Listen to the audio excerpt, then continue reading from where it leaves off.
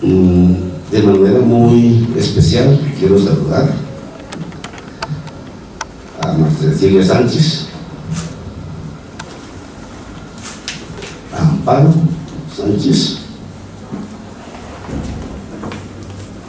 madre y tía de Juan Pablo, que son mis amigas de siempre.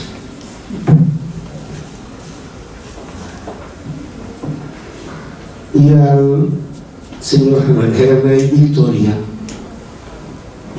a quien no había saludado antes, ni a Natalia Estrada, que tampoco la había saludado antes. Creo que también me guardé un saludo para los hijos de Juan Pablo, saludo que ahora hago explícito. Señor secretario, le ruego el favor de dar lectura al orden del día. Sí, señor presidente. El siguiente es el orden del día para hoy, 7 de septiembre del año 2023. Primer punto, verificación del quórum. Segundo, lectura y aprobación del acta 009 del 31 de agosto del 2023. Tercero, palabras del presidente, doctor Augusto Trujillo Muñoz. Cuarto, palabras del académico Ramiro Bejarano Guzmán. Quinto, presentación del trabajo, estado actual del deber de selección objetiva de los contratistas del Estado por el doctor Juan Pablo Estrada Sánchez. Y sexto, toma de juramento y entrega el diploma de imposición y siglas. Leído el orden del día, señor presidente. Gracias, señor secretario.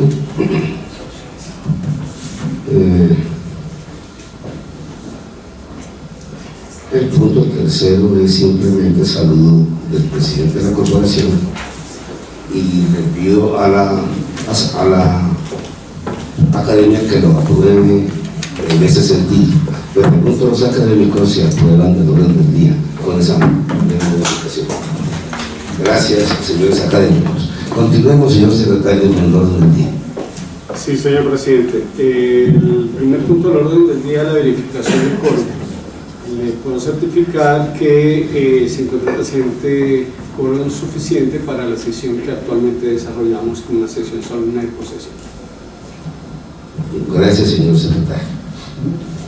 Continuemos con el orden del día. Segundo punto es la lectura y aprobación del acta 009 de la sesión solemne del 31 de agosto del 2023. Gracias, señor secretario. Le pregunto a la corporación si aprueba el acta leída. Gracias, señores académicos. Continuemos, señor secretario. Señor presidente, el tercer punto corresponde al saludo que usted va a realizar como presidente. Bueno, simplemente quiero reiterar el saludo que ya formulé al doctor Juan Pablo Estrada y expresarle a él, a su esposa y a su familia toda la complacencia de la corporación por el hecho de recibirlo en el día de hoy.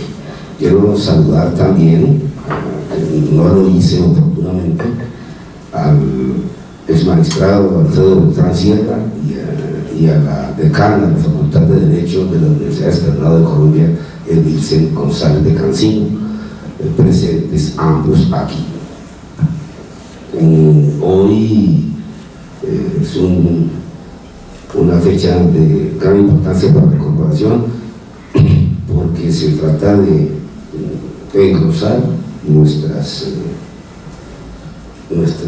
mentes y enriquecer nuestros trabajos con una persona que llega además también suficientemente joven frente por medio de edad que existe en esta corporación, y ese es un punto que creo que vale la pena resaltar porque además puede servir de una especie de pica en Flandes para darle una apertura a la asamblea, a la academia, y comenzar a pensar en la necesidad de incorporar el pensamiento de nueva generación de los alumnos. El doctor Estrada, con mucha complacencia, y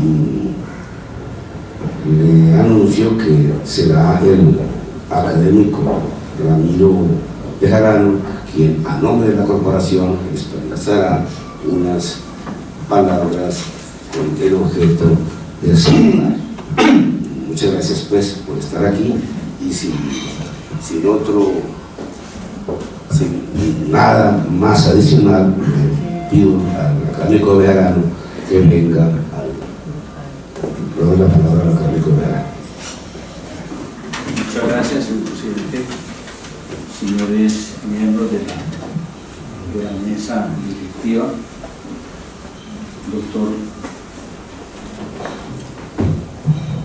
doctor Juan Pablo Estrada, próximo académico correspondiente, Jimena, Pablo y Miranda, Marta Cecilia y Amparo, queridos colegas académicos, queridos colegas invitados especiales. Por supuesto, señor presidente, que esta es una fecha muy especial para la Academia Colombiana de Jurisprudencia, con la feliz ocasión de recibir a una persona como el doctor Juan Pablo Estrada en su calidad de miembro correspondiente. Y es para mí un motivo de orgullo especial poder llevar la palabra para presentar brevemente la visión, el rastro vivencial de un hombre que, a pesar de ser muy joven aún, ya ha escalado a muy importantes significaciones en la vida del derecho, en la vida académica y en la vida pública. Juan Pablo Estrada es un hombre hijo de Ibagué. Esta academia ha estado engalanada desde siempre con la presencia del talento y el orgullo tolimense. Él se incorpora hoy a ese batallón de juristas que han estado aquí. Distingo entre el auditorio personas tan distinguidas como el doctor Alfonso Gómez Méndez, el doctor Juan Manuel Garrido, el doctor Jairo Rivera, y ahí paro porque seguramente no acabaría con tanto tolimense que hay aquí, empezando por el señor presidente de la institución. Juan Pablo es hechura del Colegio San Simón en Ibagué, un colegio donde la gente se forma con la conciencia de que principalmente tienen que ser buenos ciudadanos y que deben tener una orientación filosófica encaminada al bien. Él es hijo de esa formación que tienen muchos de los tolimenses, y él permanentemente la recuerda porque sus años de colegio fueron unos años bastante agitados, en épocas muy importantes, y fue una época en la que él, así como en el caso de el abuelo que llevó a Aureliano a conocer el hielo, Juan Pablo también es una persona que se ha educado con la figura del abuelo. Su abuelo fue un patricio ibaguereño, formado también en las ideas liberales, pero no solamente en las del Partido Liberal, sino en las ideas de la tolerancia, de la participación general. Y esa fue la conducta que asumió para darle a Juan Pablo lo que él ha entregado en su vida. Sin duda, quienes hemos estado cerca de Juan Pablo, hemos tenido oportunidad de recordar muchas de las anécdotas que él recogió de su abuelo, una persona recordada por muchos todavía en Ibagué, que tuvo figuración política importante y que cuando llegó a su última morada, su persona más cercana, su confidente más cercano, quien lo creyera, era su nieto de muy escasa edad, quien ha perpetuado esa memoria hasta hoy. Y ha honrado esa herencia, la ha honrado con dignidad, la ha honrado con el sentido de la protección de las ideas de la tolerancia. Y llegó Juan Pablo, muy joven, aquí a la universidad del externado, con el ímpetu de esos tolimenses que llegan a arrollar el mundo. Juan Pablo llegó a la universidad, se hizo muy pronto célebre, famoso. Yo lo vi en el tercer año de Derecho, cuando fue mi alumno, un alumno muy afortunado siempre y muy madrugador como el profesor. Y era una persona de la que uno, como profesor, tiene la sensación de que esos son los alumnos a los que vale la pena dictar clase, que uno siente que le están entendiendo y que cuando no están de acuerdo lo expresan y lo expresan con talento. Pues bien, desde esos libertarios salones del externado, Juan Pablo dio señas de lo que iba a ser su futuro, de lo que iba a ser en la vida. Fue un alumno distinguido, y lo digo con memoria muy precisa, y obviamente lo digo, como lo saben ustedes que me conocen, despojado de la actitud de la lisonja, que para mí es absolutamente extraña. Y sus compañeros le reconocían su competencia, su beligerancia, su poder de convicción, y algo que con el tiempo ha ido apaciguándose en Juan Pablo, que era su vocación política. Yo creo que Juan Pablo, seguramente, cuando haya que hacer una tertulia más grata sobre esto, habrá que ver en qué momento fue que la vida le dijo: usted va a ser abogado y no político, porque él tenía en su corazón, alimentaba esa llama de llegar a la plaza pública, y lo hacía muy bien. Seguramente hoy lo hace mejor, que está mejor informado, por supuesto, de la historia del país, y tuvo que, el derecho por fortuna lo fue llevando al sitio que hoy ocupa, y seguramente la política perdió un jurista, pero la justicia y la jurisprudencia y la doctrina ganó un buen político. Y entonces termina su carrera Juan Pablo. Yo ya lo conocía como uno de mis alumnos, y en aquel momento me nombran en un cargo público del que no quiero ni acordarme, y llevé a Juan Pablo como uno de mis asesores. Era un joven brioso, talentoso, y yo lo llevo a que me administre las tutelas que mañana, tarde y noche llegaban a ese departamento. Recuerdo que alguien me dijo: pero ¿cómo le vas a dar esa responsabilidad a un muchacho recién salido de la universidad? Y recuerdo que le dije a esa persona, le dije: porque los recién salidos de la universidad son los que le ponen bola a los casos. Los que ya vuelan solos, pero son muy peligrosos, porque casi nunca atienden los asuntos. Pues dicho y hecho, Juan Pablo fue el asesor de todas esas tutelas, formuladas por los más variados personajes de la vida pública, abogados muy connotados. Y tengo que decirles, y que esto obviamente es un mérito que a mí me facturan, cuando obviamente el único que tengo es haber designado a Juan Pablo, que era el que preparaba los memoriales para defendernos de esas tutelas, y no perdimos ni una. Eso fue así, y se lo debo al doctor Juan Pablo Estrada. Fueron años tempestuosos, los de aquella función pública.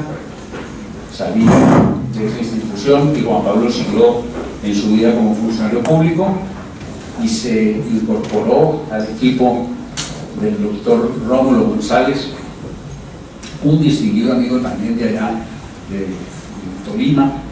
Lo nombró secretario general del Ministerio de Justicia, y allí Juan Pablo tuvo un desempeño brillante, un desempeño impecable y admirado por todas las personas que lo conocieron en el ejercicio de esa actividad.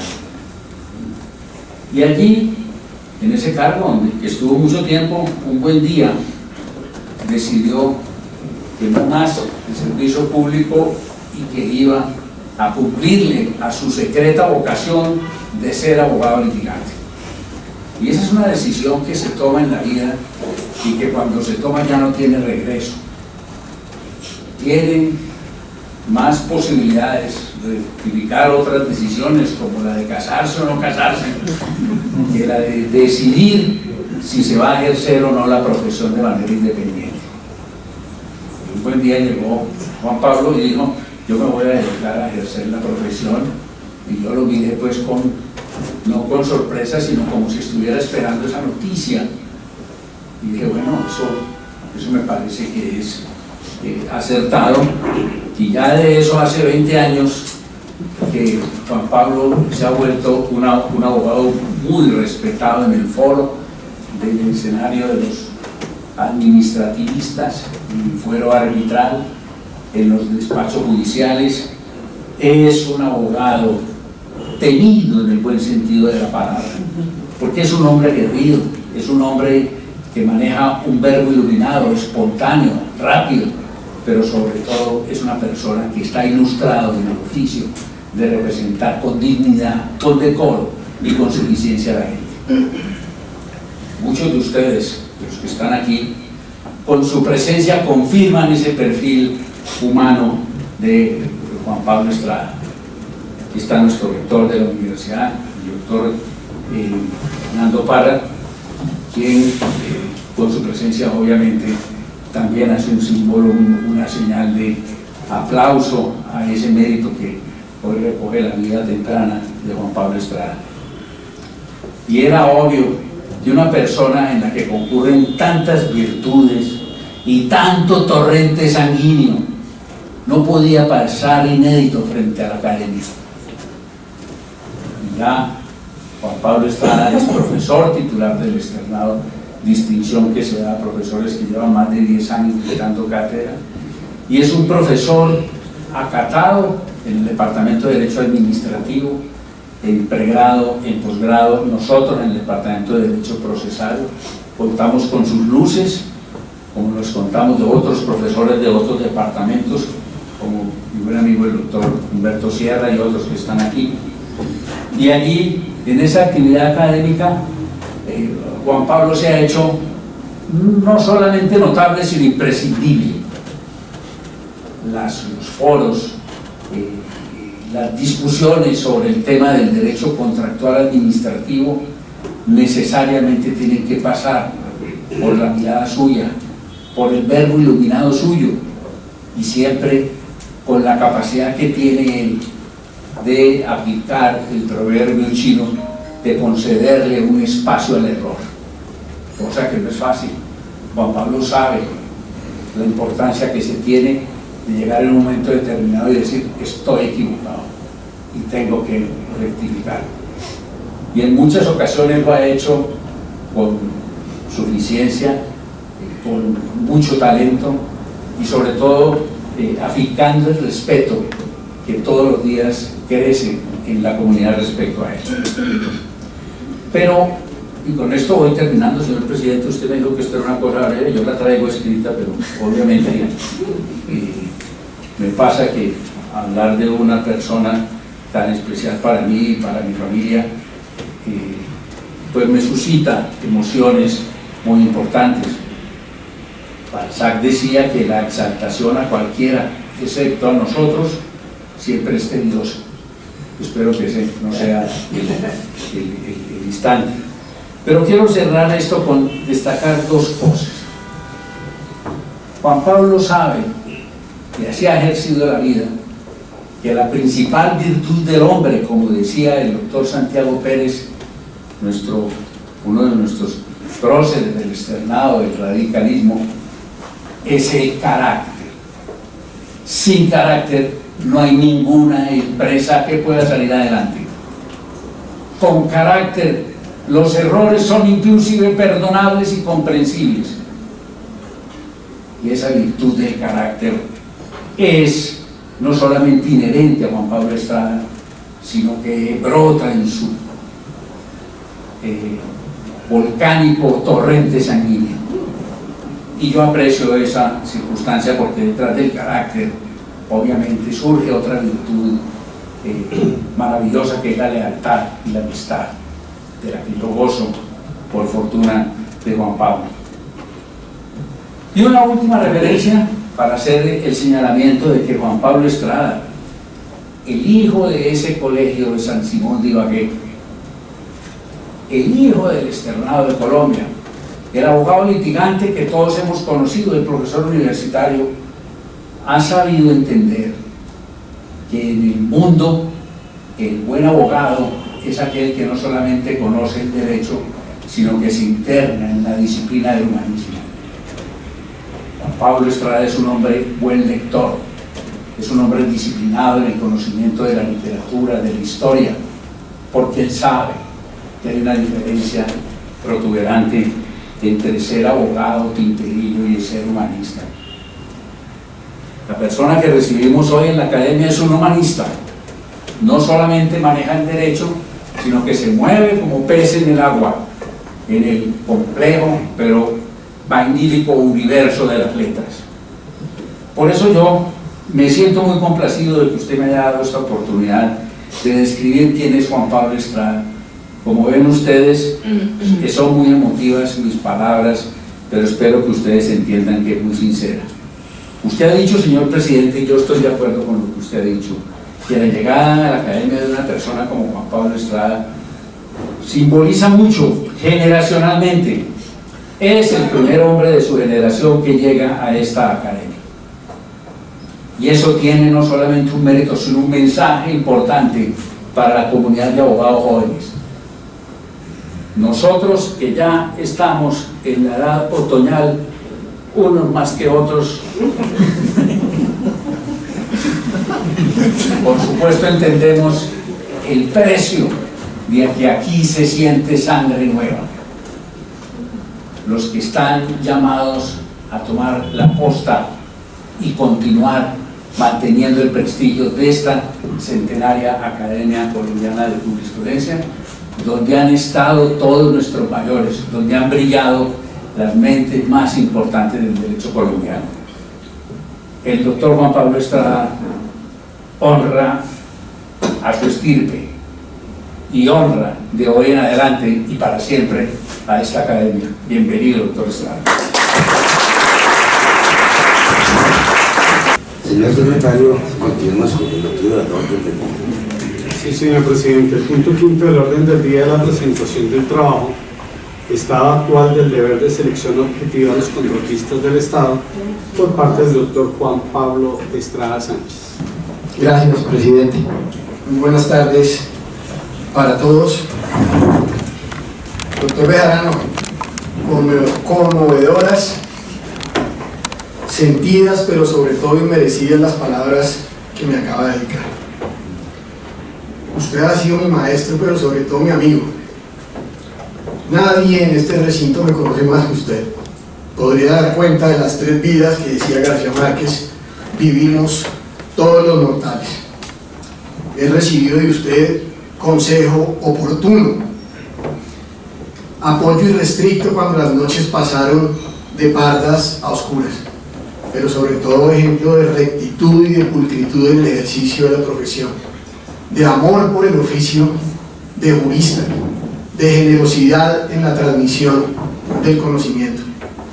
Me siento orgulloso de formar parte de una escuela de litigantes que tenemos su impronta y que sabemos muchas cosas, menos conjugar el verbo de fallecer cuando creemos en la causa que se nos confía.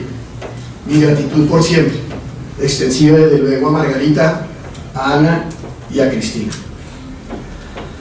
Señor presidente, en primer término, le agradezco a usted y por su conducto a todos los académicos el haber considerado mi nombre para formar parte de esta, sin duda, la más respetada corporación de juristas del país. El orgullo que siento es solo comparable con la enorme responsabilidad que asumo de honrar esa condición que ostentaré una vez termine esta solemne ceremonia. Desde su creación, este 23 de septiembre serán 129 años. Y han pasado por esta academia los más importantes juristas, incluidos 12 presidentes de la República, casi todos mis maestros en esa escuela de Derecho que formaron los abuelos radicales después de la batalla de la Humareda, el siempre vigente y vigoroso externado de Colombia, al que una vez más le confieso mi amor incondicional. También han pasado por acá la mayoría de los maestros, profesores y abogados del Colegio Mayor de Nuestra Señora del Rosario, que también me ha acogido en sus aulas como docente y que siento como mi segunda casa. Con eso me bastaría para sentirme honrado de esta designación. Pero, presidente, ha querido el destino que al momento de mi ingreso fuera usted quien estuviera enfrente de esta centenaria academia. Me une, como lo dijo usted al comienzo, con usted una entrañable amistad heredada de nuestros mayores, que se criaron en ese aire de música en la noche, con rosales desbordando sobre la cerca de bambúes, en ese solar bueno, abierto al mundo, como lo describió magníficamente Juan Lozano y Lozano, el Ibagué de nuestros amores. Y como si algo faltara, lo acompaña usted vicepresidiendo el que está más cercano a los lobos de la manada, el profesor Saúl Sotomonte, mi profesor de Derecho Comercial, y quien en 1992, cuando cursaba cuarto año de Derecho, me hizo su monitor. Una vocación temprana que se extravió en el servicio público, pero que mantengo por allá guardada en mis cuitas en esos días de Nobel docente en ese departamento. Es además virtuoso sentir que está acá nuestro rector Hernando Parra, porque con el doctor Saúl, con él y con el doctor Bejarano enfrentamos, y con otros profesores de la facultad, batallas duras y complejas, que caro nos costaron, pero que bien valieron la pena, doctor Saúl, de manera que estos dos sucesos hacen todavía más sentido esta fecha y permitirán que la recuerde para siempre como el momento y reconocimiento más importante de mi trayectoria como abogado. Ya rota por un minuto la solemnidad de esta ceremonia, presidente, permítame por unos minutos evocar a los que se nos adelantaron en el único viaje para el que tenemos comprado tiquete, aunque no haya fecha cierta. Quiero evocar con ternura la memoria de mis abuelos maternos, Cecilia y Miguel, con quienes me crié, la liberalidad de mi hermana Pilar, que se marchó de este plano cuando así lo quiso, la memoria de mi padre, que me dio la vida, y desde luego también evocar hoy a los exministros de Justicia, al María Rengifo López y Rómulo González Trujillo, representados aquí virtualmente por las Estrada Rengifo, que veo conectadas, y por Carlos Mauricio González, que me acompaña aquí en el recinto. Ambos fueron definitivos en el giro que diera a mi vida como profesional. Me confiaron responsabilidades que hoy podríamos decir casi que irresponsablemente pusieron sobre mis manos, y fueron pilares fundamentales. Hoy lo recuerdo con cariño, como también recuerdo al académico Gabriel de Vega Pinzón, que muy temprano nos privó de su presencia. De ellos solo referiré una cita de las pocas que he podido adelantarme y enseñarle a Bejarano. Como dijo Kazantzakis de sus muertos: se han sumido no en la tierra, sino en mi memoria, y mientras yo viva, vivirán también ellos. Desde luego también déjenme saludar, presidente, a mi mamá, Marta Cecilia Sánchez, aquí presente. Gracias, mami, por el ejemplo de tenacidad, templanza y sacrificio, por haberme enseñado, cumpliendo el doble rol de mamá y papá cuando no era lo usual, que los principios y las convicciones no se negocian, se defienden al precio que corresponde. También saludar a mi tía Amparo, consejera y apoyo de siempre, la demostración de que el amor incondicional con los sobrinos existe y que estará correspondida mientras haya un soplo de vida en mi corazón. También desde luego a Jimena, mi esposa leal, compañera y firme de todas las horas y toda la batalla, responsable por lo demás de mi mayor felicidad, ser el papá de Miranda y Pablo, aquí presentes. Saludar también en la distancia remotamente a mis hermanos María Cecilia y Miguel, decirles que vivo orgulloso de lo que son y sobre todo de lo que somos como familia, y a mi sobrina Natalia, que me está acompañando aquí, y desde luego a mi suegro Ernesto.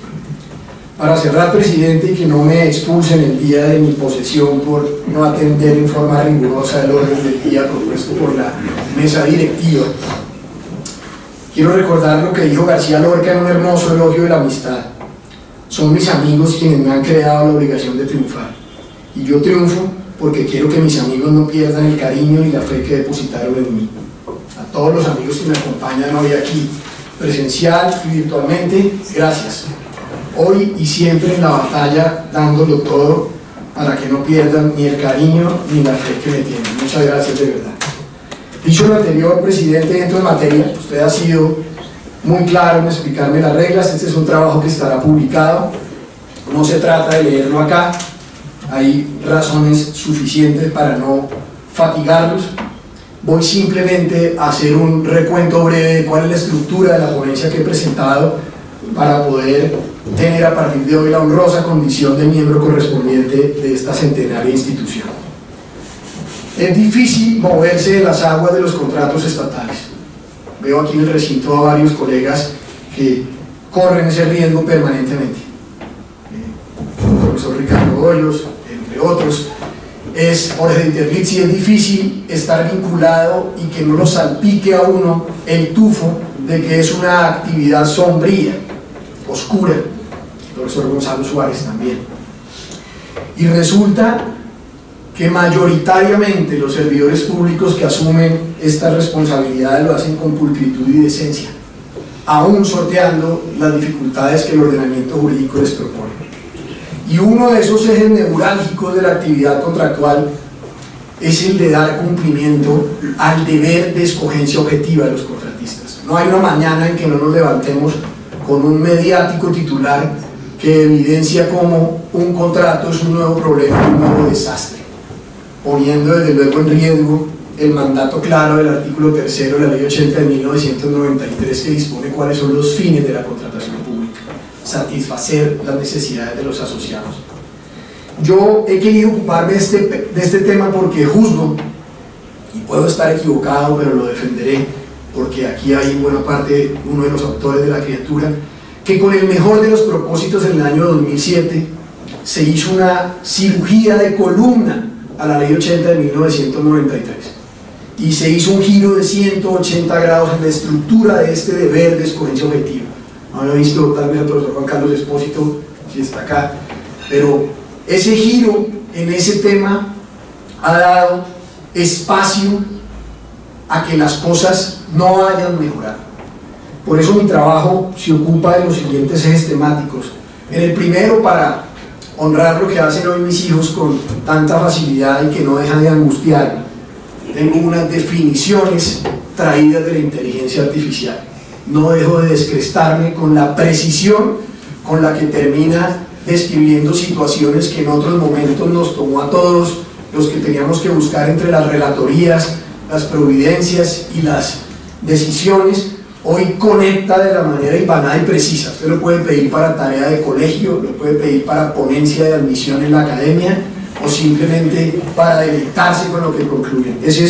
Traigo 3 definiciones de inteligencia artificial que las dejo para que las consulten después, y a renglón seguido hago una necesaria distinción entre las reglas y los principios. ¿Por qué?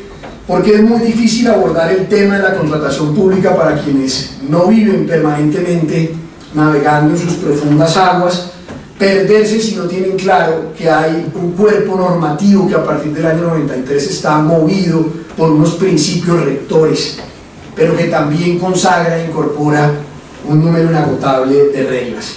Y en no pocas ocasiones, ya hoy zanjadas, se ha discutido si ese deber de selección objetiva de contratistas del Estado era un principio o una regla. Desde luego que me ubico en esa orilla y en esa corriente académica que no duda por un minuto y que ya hoy en día es mayoritaria y pacífica, que estamos frente a una regla. Porque los principios que analizo aquí en detalle, con apoyo desde luego de los autores más connotados frente al tema, entre ellos el profesor Robert Alexi, están para marcar un deseo orientador que se debe cumplir cuando las situaciones fácticas así lo permiten.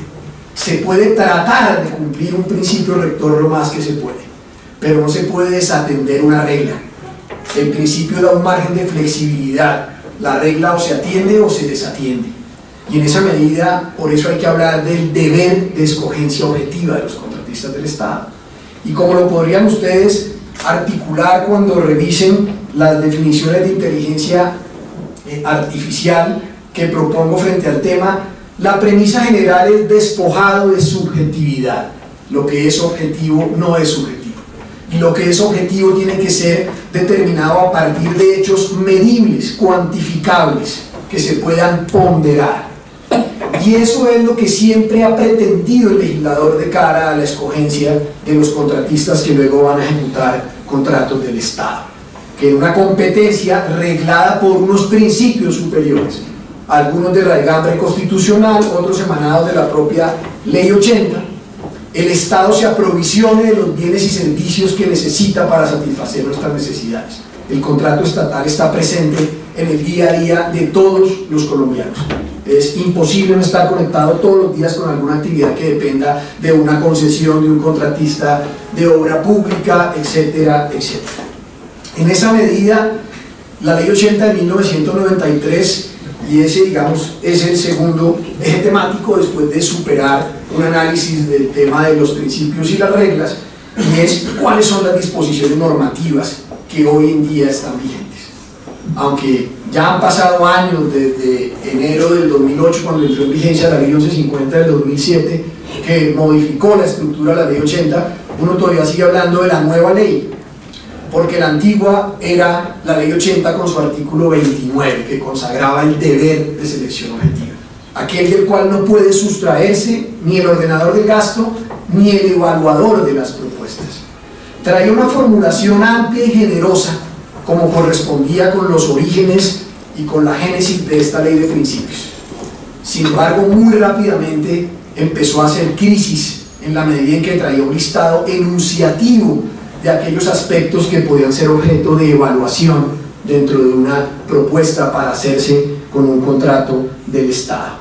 Y esa discrecionalidad que el funcionario, sobre todo el colombiano, tiende a confundir con arbitrariedad y subjetividad, empezó a dar que las distintas misiones de contratación que se adelantaron como insumo para procurar una reforma a la Ley 80 establecieran que había al menos tres problemas que solucionar.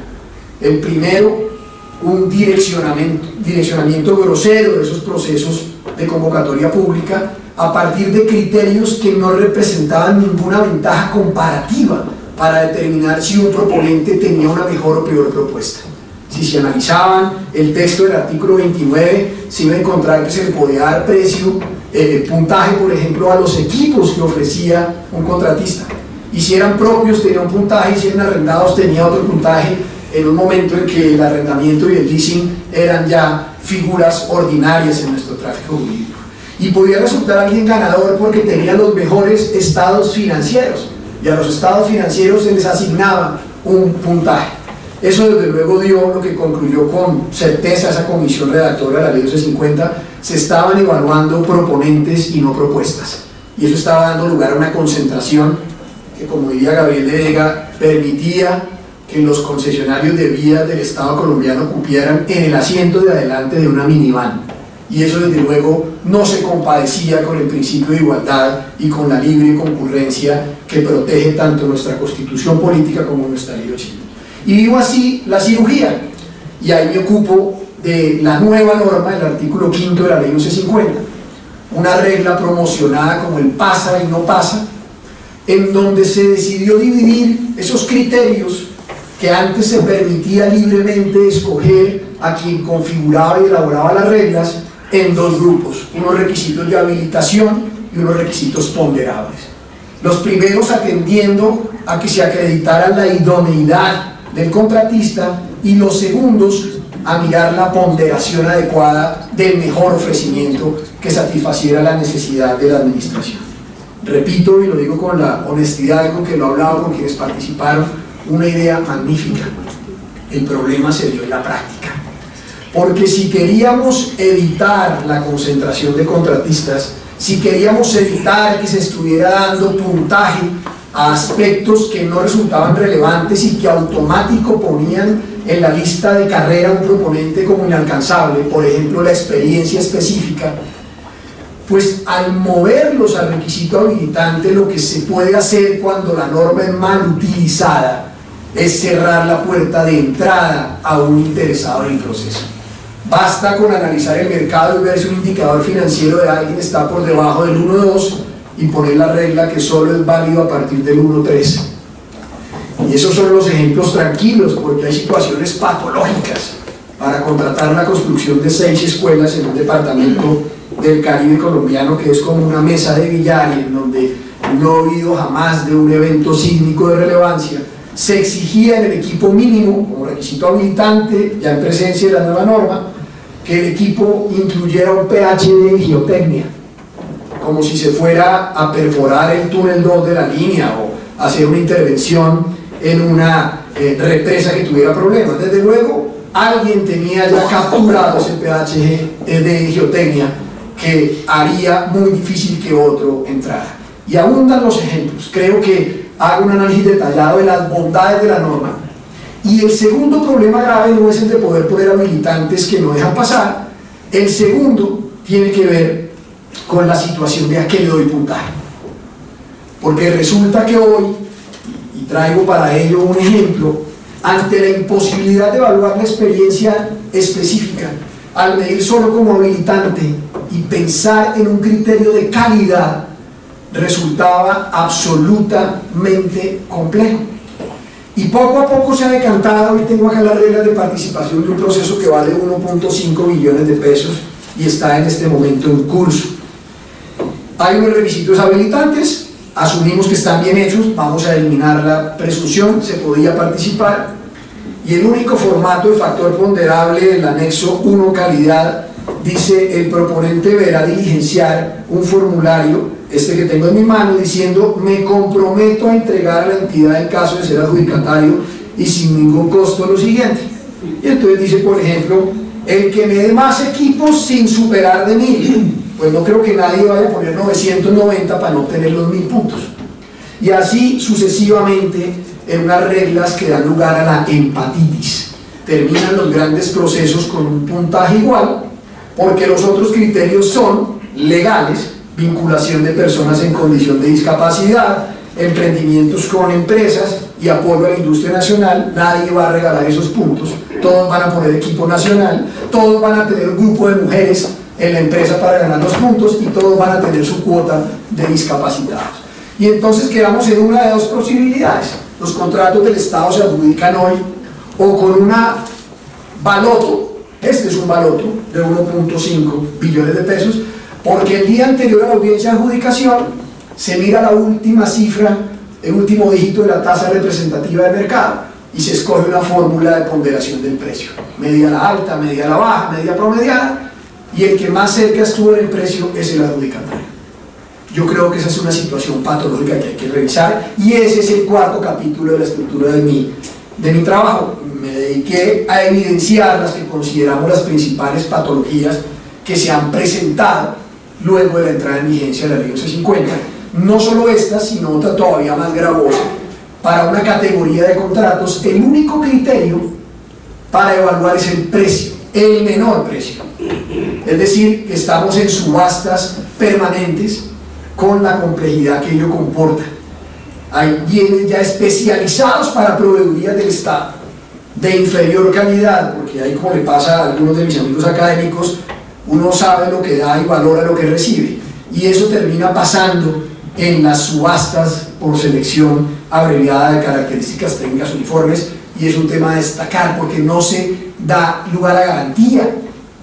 El mero precio, el solo precio, el artículo 29 prohibía que el solo precio fuera criterio de evaluación. La ley 1150 para una sola categoría lo permite. Y ahí hago un recuento de la jurisprudencia más reciente sobre el deber de selección objetiva, las posturas más importantes de la doctrina. Desde luego los tratadistas nacionales más referidos están en este apartado de mi trabajo, en donde de manera crítica, proactiva, trato de evidenciar lo que en la práctica profesional ha permitido la ley 1150, que, insisto, formuló esa nueva definición del deber de selección objetiva en el mejor de los propósitos, pero que hoy creo amerita una revisión juiciosa y por lo menos volver a habilitar la posibilidad de que la experiencia específica sea objeto de ponderación, y de que en los de solo precio se acompañe con garantía o con algún tipo de complemento que impida que hoy en día uno encuentra en las gavetas de tablero de un despacho público, cuando confían en su consejo, pretenden rayar en 9 tipos de plumáster, de los cuales no sirven 8.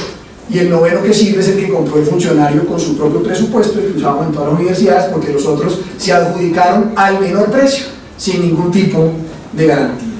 Y concluyo el trabajo, y con esto, presidente, la presentación honrando el compromiso, con, además del recuento jurisprudencial más detallado de los últimos 10 años acerca del deber de selección objetiva, con unas conclusiones que invitan a la reflexión y que hacen necesario que la comunidad de expertos en contratación, que permanentemente nos vivimos reuniendo, no solo para pasar bueno, sino para votar corriente, haga un balance real de lo que está pasando.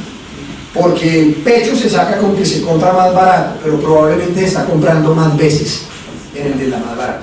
Y en el otro, le repito, no tiene sentido que un contrato que va a respaldar una prestación de un servicio trascendental para que el Estado colombiano funcione, se adjudique como una lotería, dependiendo en qué número cayó la tasa representativa el último día, o si alguien se descachó y ya había desvinculado a alguno de sus discapacitados vinculados. Entonces, en esa medida, las conclusiones fundamentales apuntan a que la regla hoy admite revisión, y creo que hay suficiente casuística para dar ese paso propositivo y ajustar aspectos que están permitiendo un uso inadecuado de la norma.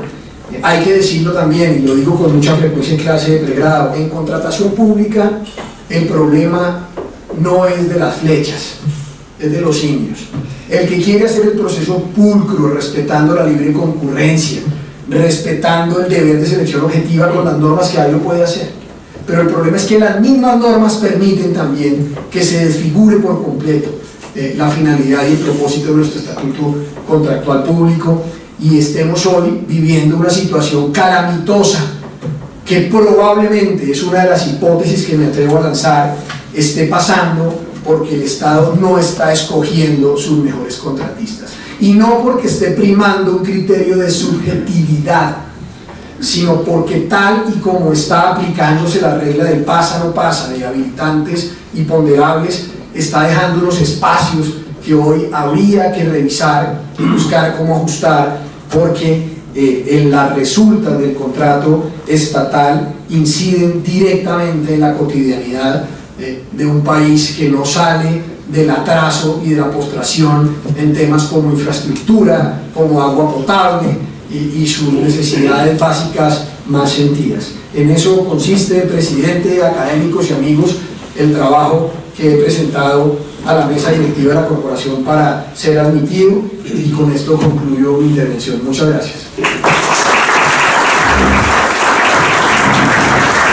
Juan Pablo Estrada Sánchez, jura usted por Dios y por la Academia Colombiana de Jurisprudencia cumplir realmente con las obligaciones que le impone su condición de académico correspondiente de esta corporación? Sí, juro, presidente. Si así fuera, que Dios y la Academia de Jurisprudencia se lo premien, y sino que ellos, y sobre todo su conciencia, se lo demanden.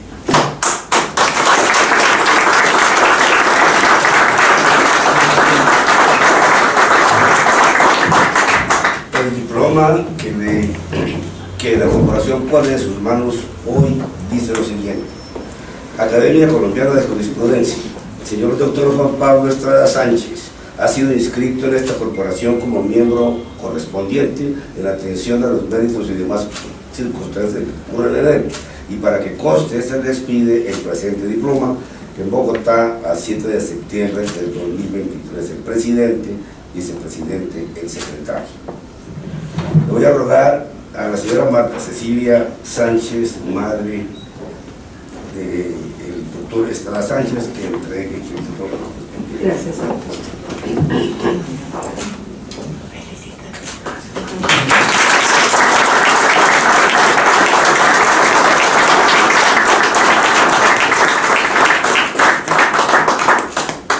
El escudo.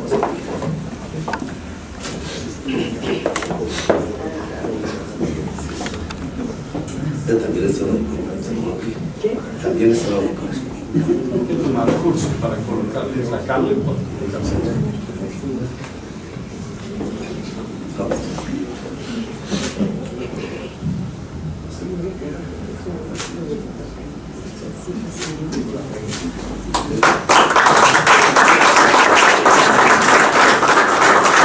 Y finalmente le ruego el favor a su esposa Jimena Victoria que le entregue los estatutos de la corporación. Algo tiene que ver con reglas y principios.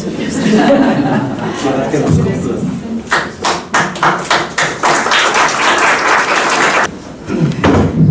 Doctor Juan Pablo Estrada Sánchez, académico correspondiente, miembro correspondiente de esta corporación. Reitero que la corporación, complacida con su ingreso hoy, se asocia plenamente a las palabras que pronunció el académico Ramiro Bejarano. Yo también en lo personal me asocio a ellas. Ramiro se refirió más a su señoría que a su trabajo. Yo quiero hacer lo mismo. Y quiero hacer lo mismo porque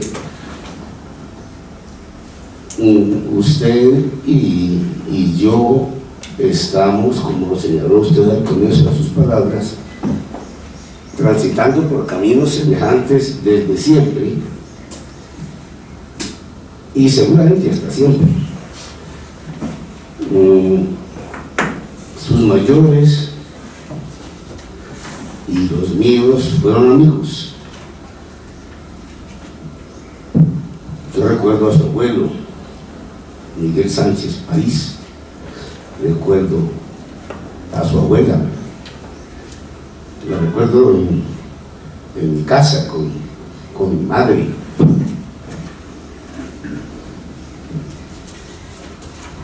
Y yo creo que eso me permite cierta licencia para que en este momento, con la vida de todos ustedes, me refiera más a la persona, el nuevo académico, que al trabajo que acaba de presentar y con el cual se honra él como jurista y honra a la corporación por el hecho de que ha abierto la puerta a un jurista tan joven como importante. Alguna vez hablaba con Jairo Rivera, el académico Jairo Rivera aquí presente, que también es tolimense, sobre un tema que nosotros a menudo lo hablamos en tertulia los tolimenses, que es la escuela del Tolima. Una escuela de pensamiento que me impactó desde que me aproximé a ella. Me aproximé tanto a ella que terminé escribiendo un texto que se llama De la escuela republicana a la escuela del Tolima. La escuela republicana es una cosa del siglo XIX. La crearon los jóvenes que, inspirados por Murillo Toro, precisamente, se constituyeron en los redactores de la Constitución de 1853, que es, a mi juicio, una de las mejores constituciones de la historia de Colombia, quizá con la del 91, porque son las dos únicas que se suscribieron de consenso entre todos los constituyentes del 91 o los congresistas del 53. Y ahí había muchos tolimenses. José María Samper, tal vez el más conspicuo de ellos, pero había por Murillo Toro y por Rojas Garrido, que en ese tiempo era unense, pero en ese tiempo era el Tolima grande. Ellos conformaron una escuela de pensamiento que hizo posible el radicalismo del siglo XIX y que de alguna manera resultó revivida, si puede decirse así, por dos fenómenos. Uno del año de 1922, 22 o 24, la convención de Ibagué fue en qué año, 22, cuando el general Benjamín Herrera presidió la gran convención liberal colombiana que se suscitó en Ibagué y con la cual el liberalismo colombiano superó su viejo radicalismo y se comprometió con otras ideas que fueron luego las líneas de Keynes, de la intervención del Estado, etc. La convención de Ibagué hizo posible la República Liberal, y la República Liberal era Alfonso López. Pero no solamente era Alfonso López, era Alfonso López el inspirador, nacido en Honda, pero era Darío Chandía, el jurista, nacido en Chaparral, era Rafael Parga, el economista del agro, nacido en Dolores. Era una cantidad importante de gente del Tolima, no todos hombres de leyes, pero sí todos hombres de Estado. Y eso hizo que el meridiano de la inteligencia pasara por el Tolima y durara un tiempo largo pasando por el Tolima. Los grandes discípulos de esa escuela del Tolima, que representaron López, Echandía, Parga, Rocha, Antonio Rocha, Camacho Gaita, Velázquez Trujillo, etc.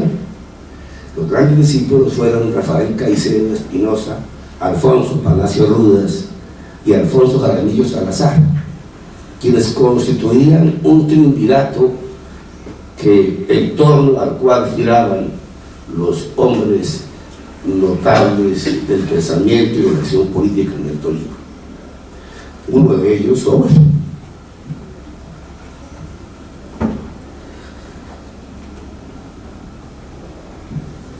Probablemente su abuelo, que conoció a estos tres grandes discípulos de la escuela del Tolima, de los cuales probablemente el más conspicuo fue Alfonso Palacio Rudas, el cofrade, y su abuelo con ellos, con el cofrade, y con ellos hicieron posible una nueva generación de pensadores de la escuela del Tolima, de los cuales probablemente el más conspicuo de todos está aquí, y es Alfonso Gómez. Bueno, usted es el más conspicuo de la generación que sigue.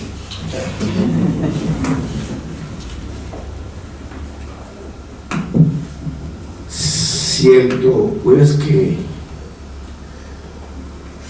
la región encuentra en usted un gran vocero para el pensamiento, un gran vocero para la acción jurídica, un vocero para el manejo mismo del afecto con su departamento, con su tierra y con sus amigos.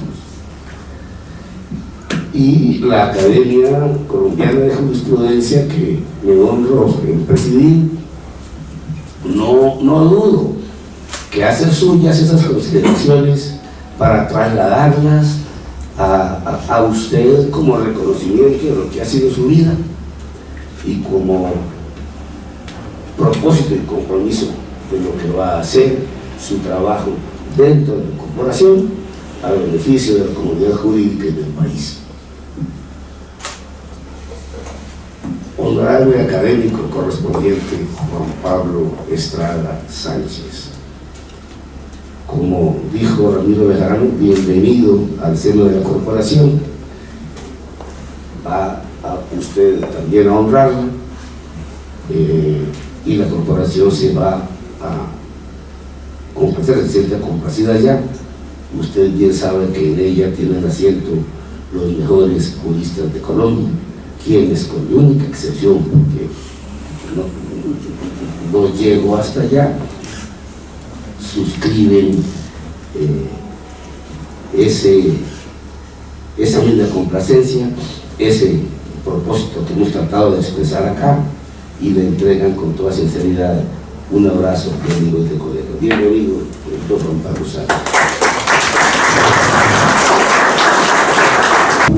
Presumo el conocimiento que se ha hecho de ti en esta reunión, los méritos que destacaron, porque lo conozco como amigo, como exalumno, como profesor, como abogado, una persona de carácter, que todo lo que ha hecho lo hace bien, lo que se propone, con lucidez, con inteligencia y peligro, y destaco su trabajo, porque fue una demostración, no para los que aún lo conocíamos, porque conocíamos muy bien sus grandes capacidades, sino para aquellos que no lo conocían y su trabajo académico.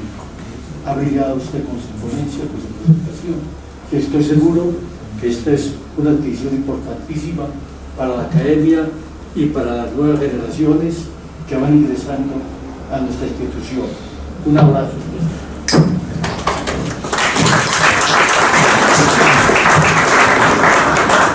María Cecilia Estrada Sánchez, que está presente por la vía del acceso hermoso. Tiene la palabra.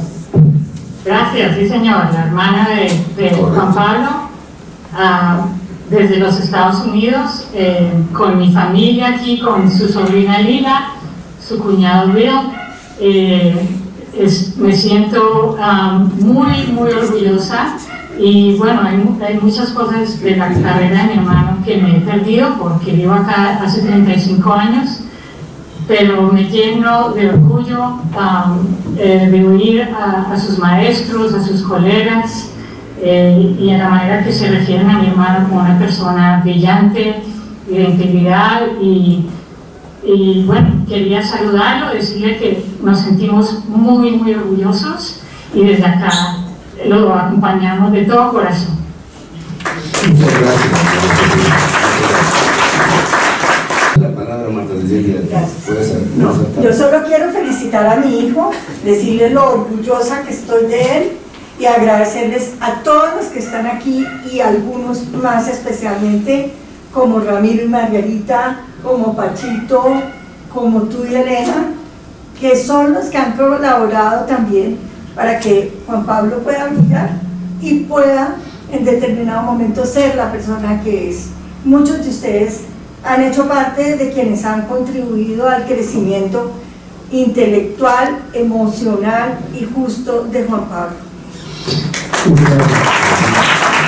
De no haber más intervenciones, le pido el favor a los académicos presentes, a los miembros de la corporación, que vengan a la mesa para saludar a Juan Carlos y a Juan Pablo y tomar el registro de su